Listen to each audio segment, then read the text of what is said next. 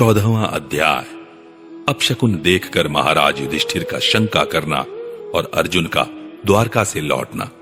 सूत जी कहते हैं, स्वजनों से मिलने और पुण्य श्लोक भगवान श्री कृष्ण अब क्या करना चाहते हैं, यह जानने के लिए अर्जुन द्वारका गए हुए थे। कई महीने बीत जाने पर भी अर्जुन वहां से लौट कर नहीं आए। धर्मराज युधिष्ठिर को बड़े भयंकर अपशकुन दिखने लगे। उन्होंने देखा काल की गति बड़ी विकट हो गई है। जिस समय जो ऋतु होनी चाहिए उस समय वह नहीं होती और उनकी क्रियाएं भी उल्टी ही होती हैं। लोग बड़े क्रोधी, लोभी और असत्य परायण हो गए हैं। अपने जीवन निर्वाह के लिए लोग पापपूर्ण व्यापार करने लगे हैं। सारा व्यवहार कपट से भरा हुआ होता है। यहां तक कि मित्रता में भी छल मिला रहता है। पिता माता, सगे संबंधी, भाई और पति पत्नी में भी झगड़ा टंटा रहने लगा है। कलिकाल के आ जाने से लोगों का स्वभाव ही लोभ, दंभ आदि अधर्म से अभिभूत हो गया है और प्रकृति में भी अत्यंत अरिष्ट सूचक अपशकुन होने लगे हैं। यह सब देखकर युधिष्ठिर ने अपने छोटे भाई भीमसेन से कहा। युधिष्ठिर ने कहा, भीमसेन, अर्जुन को हमने द्वारका इसलिए भेजा था कि वह वहां जाकर पुण्य श्लोक भगवान श्री कृष्ण क्या कर रहे हैं इसका पता लगा आए और संबंधियों से मिल भी आए।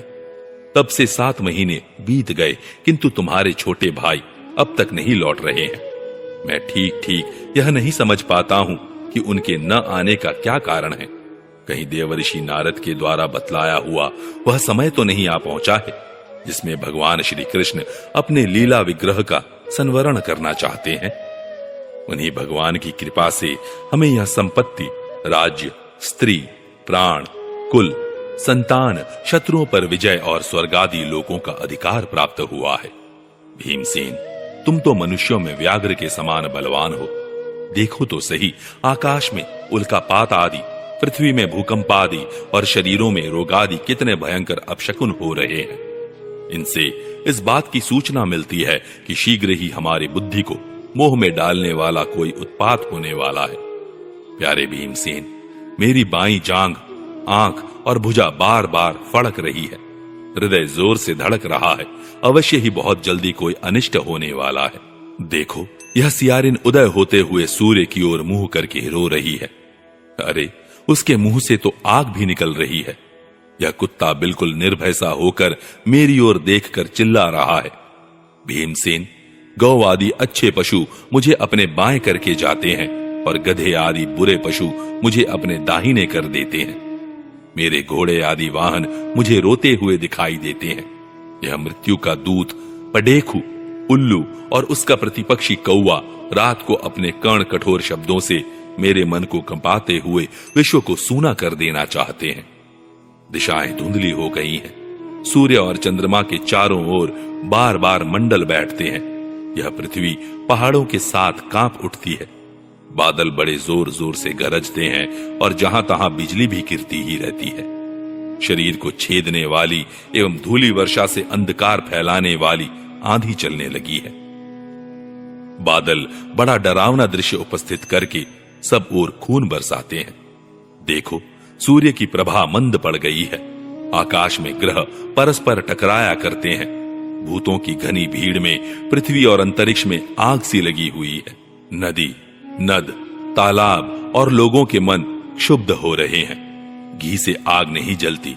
यह भयंकर काल न जाने क्या करेगा। बछड़े दूध नहीं पीते, गौएं दूहने नहीं देती। गौशाला में गौएं आंसू बहा बहा कर रो रही हैं। बैल भी उदास हो रहे हैं। देवताओं की मूर्तियां रो सी रही हैं। उनमें से पसीना चूने लगता है और वे हिलती डोलती भी हैं। भाई, ये देश, गांव, शहर, बगीचे, खाने और आश्रम श्रीहीन और आनंद रहित हो गए हैं।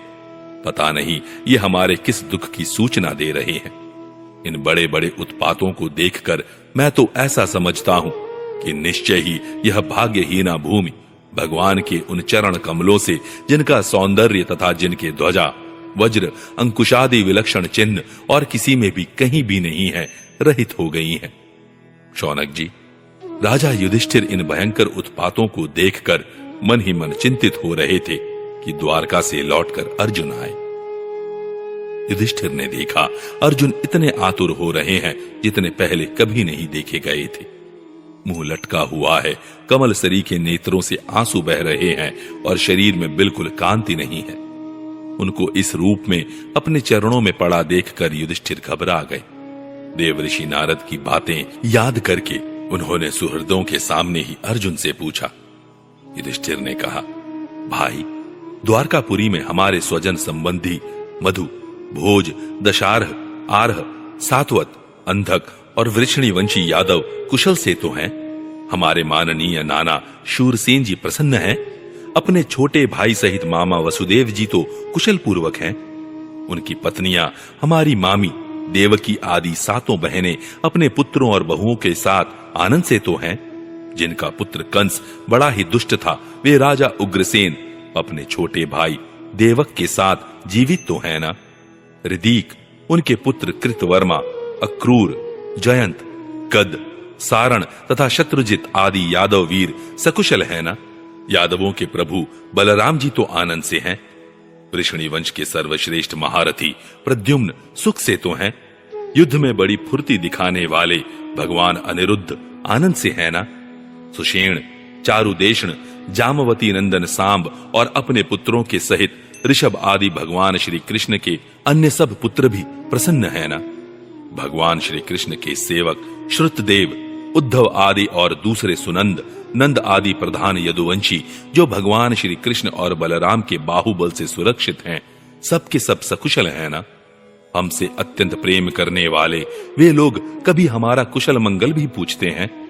भक्त वत्सल ब्राह्मण भक्त भगवान श्री कृष्ण अपने स्वजनों के साथ द्वारका की सुधर्मा सभा में सुखपूर्वक विराजते हैं ना। वे आदि पुरुष बलराम जी के साथ संसार के परम मंगल, परम कल्याण और उन्नति के लिए यदुवंश रूप क्षीर सागर में विराजमान हैं। उन्हीं के बाहुबल से सुरक्षित द्वारकापुरी में यदुवंशी लोग सारे संसार के द्वारा सम्मानित होकर बड़े आनंद से विष्णु भगवान के पार्षदों के समान विहार कर रहे हैं। सत्यभामा आदि 16,000 रानियां प्रधान रूप से उनके चरण कमलों की सेवा में ही रत रहकर उनके द्वारा युद्ध में इंद्रादि देवताओं को भी हराकर इंद्राणी के भोग योग्य तथा उन्हीं की अभीष्ट पारिजात आदि वस्तुओं का उपभोग करती हैं। यदुवंशी वीर श्री कृष्ण के बाहुदंड के प्रभाव से सुरक्षित रहकर निर्भय रहते हैं और बलपूर्वक लाई हुई बड़े बड़े देवताओं के बैठने योग्य सुधर्मा सभा को अपने चरणों से आक्रांत करते हैं। भाई अर्जुन, यह भी बताओ कि तुम स्वयं तो कुशल से हो ना। मुझे तुम श्रीहीन से दिख रहे हो। वहां बहुत दिनों तक रहे, कहीं तुम्हारे सम्मान में तो किसी प्रकार की कमी नहीं हुई? किसी ने तुम्हारा अपमान तो नहीं कर दिया? कहीं किसी ने दुर्भावपूर्ण अमंगल शब्द आदि के द्वारा तुम्हारा चित्त तो नहीं दुखाया? अथवा किसी आशा से तुम्हारे पास आए हुए याचकों को उनकी मांगी हुई वस्तु अथवा अपनी ओर से कुछ देने की प्रतिज्ञा करके भी तुम नहीं दे सके? तुम सदा शरणागतों की रक्षा करते आए हो। कहीं किसी भी ब्राह्मण, बालक, गौ, बूढ़े, रोगी, अबला अथवा अन्य किसी प्राणी का जो तुम्हारी शरण में आया हो तुमने त्याग तो नहीं कर दिया? कहीं तुमने अगम्या स्त्री से समागम तो नहीं किया? अथवा गमन करने योग्य स्त्री के साथ असत्कार पूर्वक समागम तो नहीं किया? कहीं मार्ग में अपने से छोटे अथवा बराबरी वालों से हार तो नहीं गए? अथवा भोजन कराने योग्य बालक और बूढ़ों को छोड़कर तुमने अकेले ही तो भोजन नहीं कर लिया? मेरा विश्वास है कि तुमने ऐसा कोई निंदित काम तो नहीं किया होगा जो तुम्हारे योग्य ना हो ना हो अपने परम प्रियतम अभिन्न हृदय परम सुहृद भगवान श्री कृष्ण से तुम रहित हो गए हो। इसी से अपने को शून्य मान रहे हो। इसके सिवा दूसरा कोई कारण नहीं हो सकता जिससे तुमको इतनी मानसिक पीड़ा हो।